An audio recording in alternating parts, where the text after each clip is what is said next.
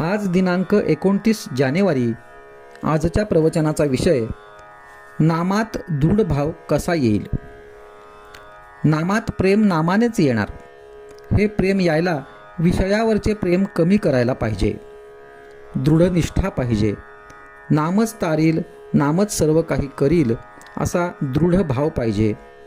तो ठेवून व्यवहारातले प्रयत्न चालू ठेवावेत, पण यश देणारा परमात्मा असा भाव पाहिजे. वैद्याकडचे औषध आपण गड्याकडून आणवतो, पण गुण गड्याने दिला असे नाही म्हणत. याच्याही पुढे जाऊन वैद्याच्या औषधाने आलेला गुण परमात्म्यानेच दिला असे का मानित नाही. परमात्म्याला शरण जाणे म्हणजे परमात्मा आपला आहे, त्याच्या वाचून आपल्याला दुसरे कुणी नाही. आपण काही करीत नसून सर्व तोच आपल्या हिताकरिता करतो आहे असा दृढ विश्वास ठेवणे. आपण आपल्या बायको मुलांवर प्रेम करतो कारण त्यांना आपले म्हटले म्हणून. म्हणजे प्रेम हे आपलेपणात आहे. मग परमात्म्याला आपले म्हटले म्हणजे सहजच त्याच्यावर प्रेम बसणार नाही का.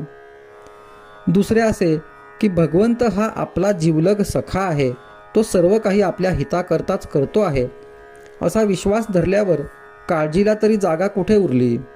आपली देहबुद्धी नाहीशी होण्यातच आपले हित आहे. परमात्म्याच्या ठिकाणी आपलेपणा उत्पन्न व्हायला त्याच्या नामाशी पुष्कळ सहवास पाहिजे. सिद्धीच्या चमत्काराच्या पाठीस लागू नये, ती आपल्या मार्गात विघ्ने आहेत. उलट त्यांनी आपल्या पाठीस लागले पाहिजे. एखाद्याला साप चावत नाही, पण त्यात विशेष ते काय आहे. सापात काय किंवा कशातही काय, भगवत भाव आपलेपणा पाहता यावा, म्हणजे कोणीही आपले शत्रू होणार नाहीत. आई आपल्याजवळ आहे या भावनेने मूल जसे निर्भय असते, तसे भगवंत आपल्यापाशी आहे या भावनेने आपण निर्धास्त व्हावे. आपल्याला ज्या गावाला जायचे आहे त्या गावाची गाडी आली की नाही एवढे पाहावे. गाडीत कोण भेटतो याला फारसे महत्त्व नाही. समजा गाडीत आपल्याला कोणीच भेटले नाही तर आपण स्वस्त झोप घेत आपल्या गावी जातो. त्याप्रमाणे आपण आपले साधन करावे.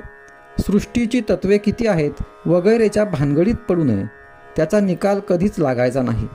शंका केल्याशिवाय नाम स्थिरच होत नाही हे लक्षात ठेवावे. देहबुद्धी जोपर्यंत आहे तोपर्यंत नामाचे महत्त्व कळणार नाही. आपला उद्धार व्हावा असे वाटत असेल तर नामस्मरण सोडू नये. आजचा सुविचार. परमात्मा जसा निरुपाधिक आहे तसे नामही निरुपाधिक आहे.